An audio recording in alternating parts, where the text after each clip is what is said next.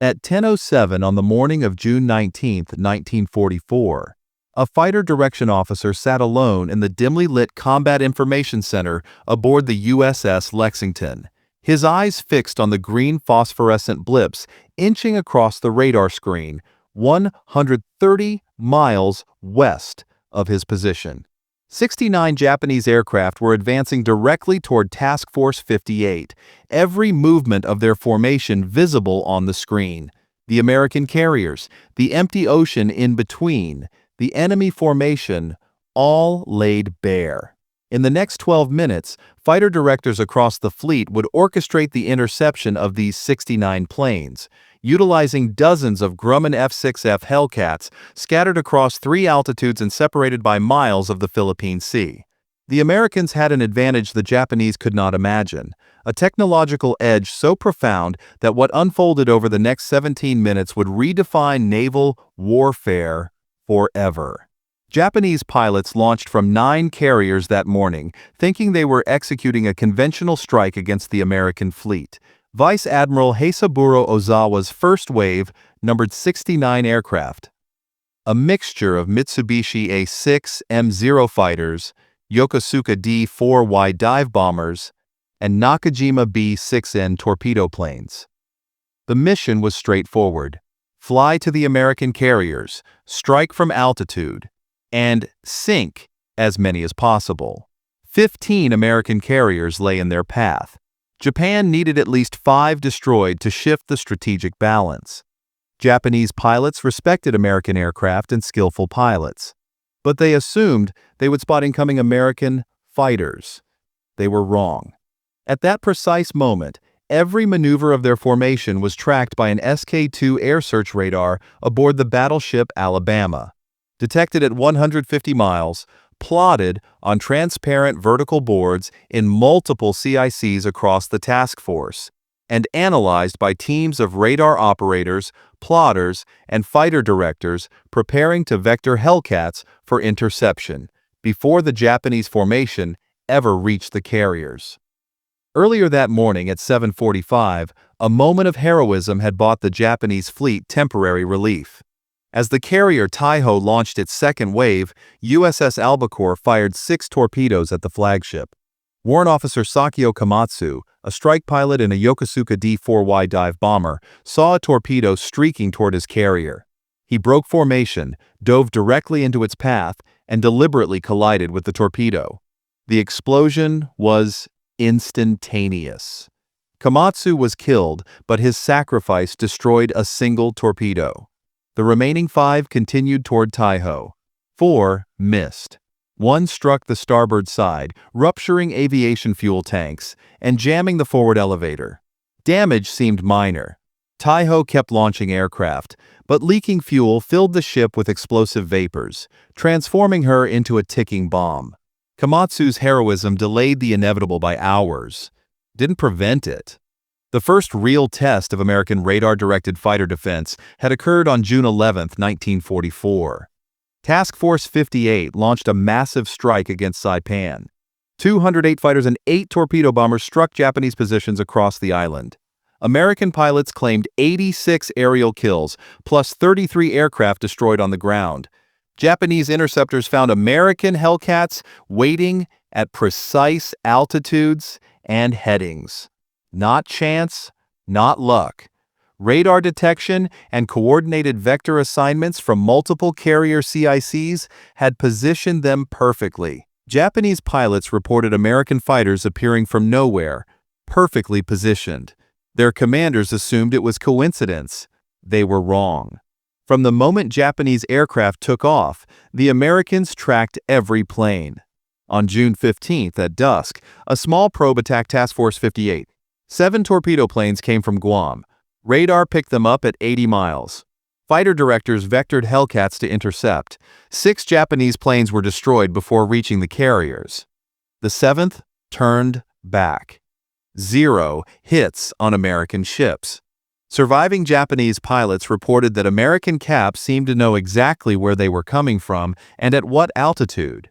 Japanese intelligence was baffled. Reconnaissance Island reported no American fighters in the area. The Hellcats had materialized out of nowhere. What the Japanese did not realize, they were not fighting individual pilots. They were fighting an integrated system. By mid-June 1944, the Combat Information Center had become the nerve center of American carrier operations. The system evolved from harsh lessons of 1942. At the Battle of Midway, American carriers had fought nearly blind. Radar existed, but was primitive. Communication between ships was chaotic. Fighter direction was guesswork and visual sighting. Carriers burned because defensive systems couldn't position fighters effectively. After Midway, the Navy demanded better. Admiral Chester Nimitz's staff studied the problem. They analyzed British radar-directed fighter control, radio failures, and designed new procedures. November 1942. Pacific Fleet issued Tactical Bulletin 4TB-42, standardizing fighter direction. January 1943. Admiral Ernest King renamed coordination centers as Combat Information Centers. By early 1944, every new carrier had a dedicated CIC with trained operators. The system integrated multiple ships, SK-2 radars detecting raids up to 150 miles. Radar returns appeared on circular scopes with rotating sweeps. Operators called out range and bearing. Enlisted plotters marked contacts on transparent vertical boards with grease pencils. Different colors represented different raids. Numbers assigned: Raid 1, Raid 2, Raid 3. The plots displayed everything: enemy aircraft, friendly fighters, surface ships, visible to everyone in the CIC. Fighter direction officers monitored the entire tactical picture in real time. They communicated with every Hellcat in the air using clear VHF radios across multiple frequencies to avoid interference. They could see the fighters on the plots. They could see the incoming raids. Intercept courses, altitudes, and timing were calculated. Then, through the radio microphone, the fighters were vectored into position. Turn left, heading 270. Climb to Angels 18. Bogey, bearing 295. Range 60 miles. The Hellcats acknowledged, maneuvered, and the plot updated. The intercept unfolded. The Japanese flew directly into a meticulously prepared trap without ever knowing it existed. The problem was not that Japanese pilots lacked knowledge. Their doctrine emphasized attacking from altitude, using speed, coordinating strikes. The tactics had worked for 2 years, but only when both sides fought blind. Doctrine assumed undetected approach until visual range. Doctrine assumed randomly positioned cap. Those assumptions were true at Coral Sea, Midway, and Santa Cruz. Japanese formations sometimes got through. Sometimes they didn't, but they always had a chance. By June 1944, those assumptions were obsolete. Americans were no longer guessing. They were tracking, calculating, and vectoring. Japanese pilots flew into precise interceptions without understanding why. On the morning of June 19th, Vice Admiral Ozawa launched 4 massive strikes against Task Force 58, 9 carriers, 430 aircraft, support from 300 land-based planes on Guam, Rota, and Tinian. Ozawa believed he had numerical advantage, superior range. He could strike from 200 miles, while Americans could only launch from 150. He assumed Americans would be forced to defend multiple directions simultaneously. What he didn't know, American submarines had spotted his fleet. USS Flying Fish on June 15th, USS Seahorse the same day, USS Kavala on June 17th and 18th. American intelligence had broken Japanese operational codes. Admiral Raymond Spruance knew Ozawa was coming.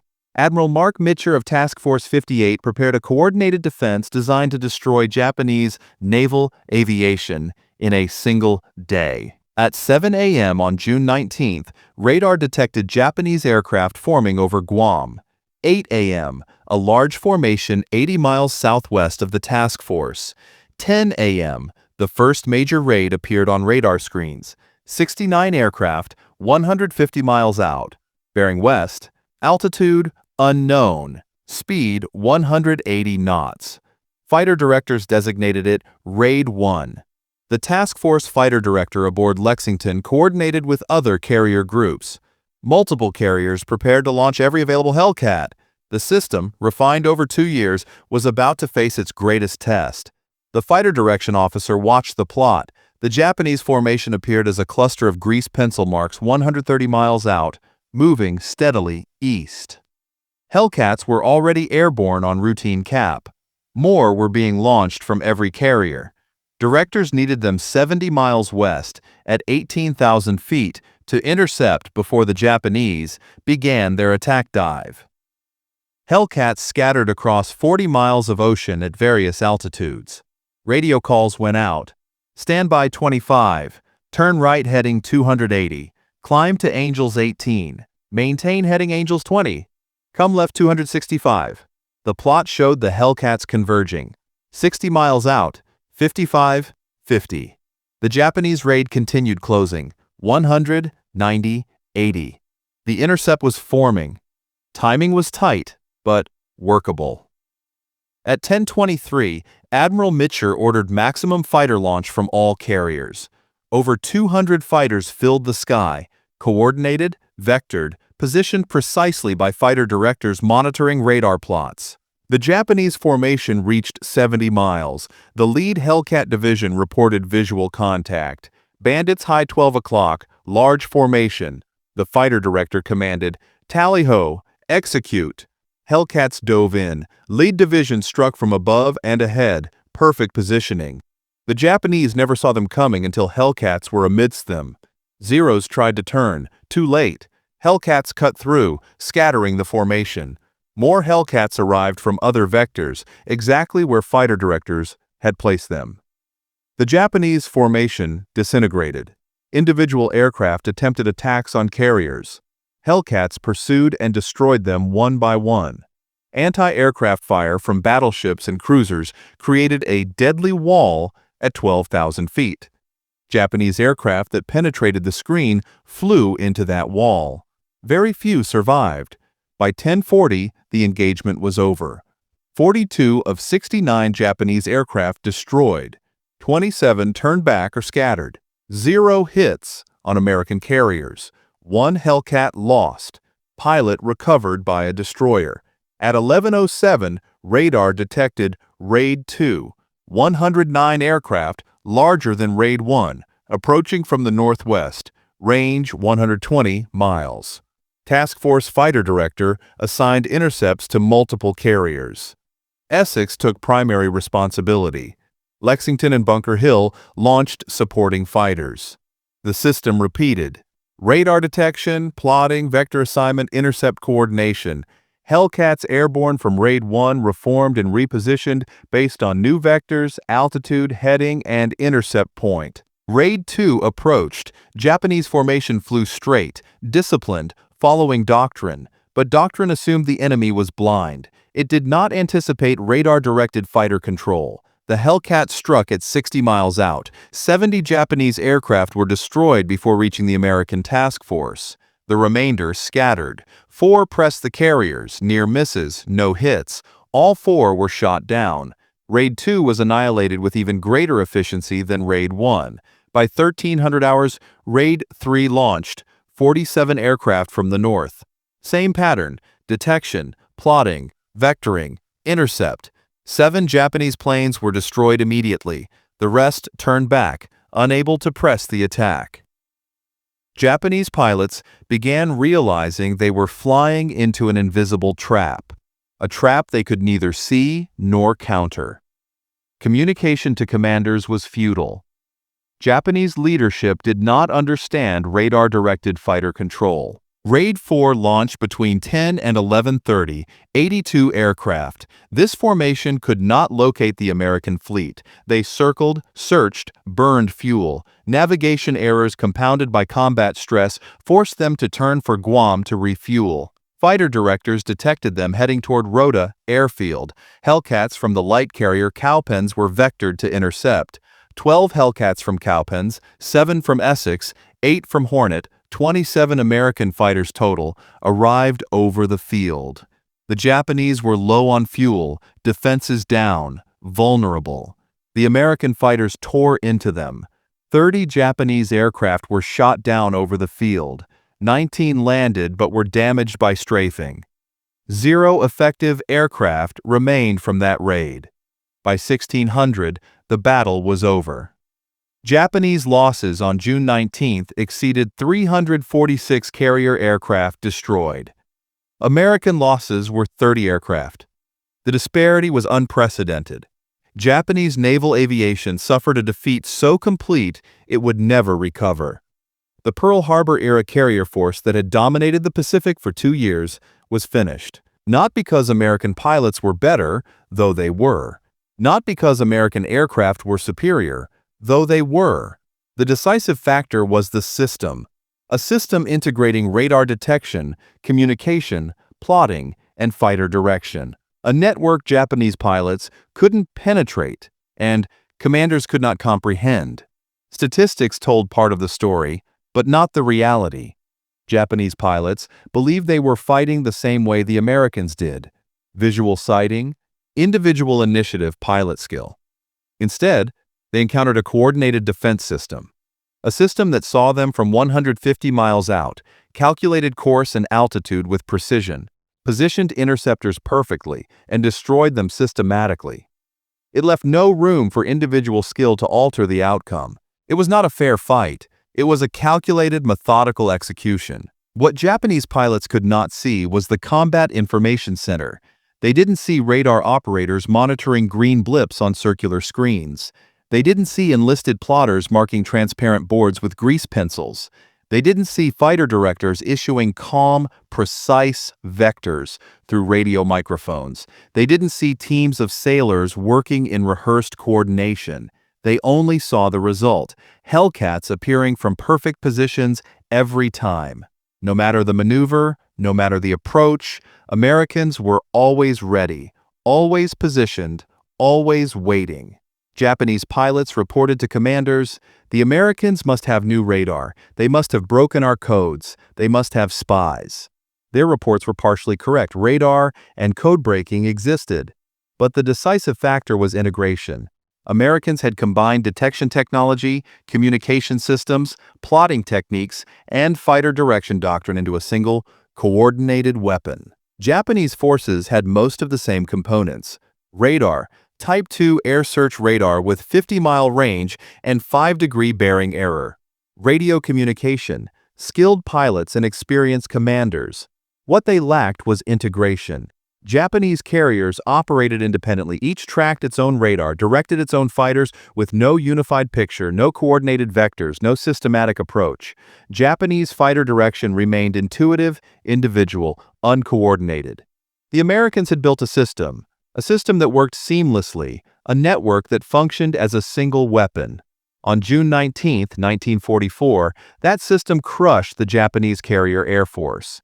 It marked the end of their dominance in the Pacific. Not through luck, not through individual heroics, but through coordination, technology, and execution perfected to lethal precision.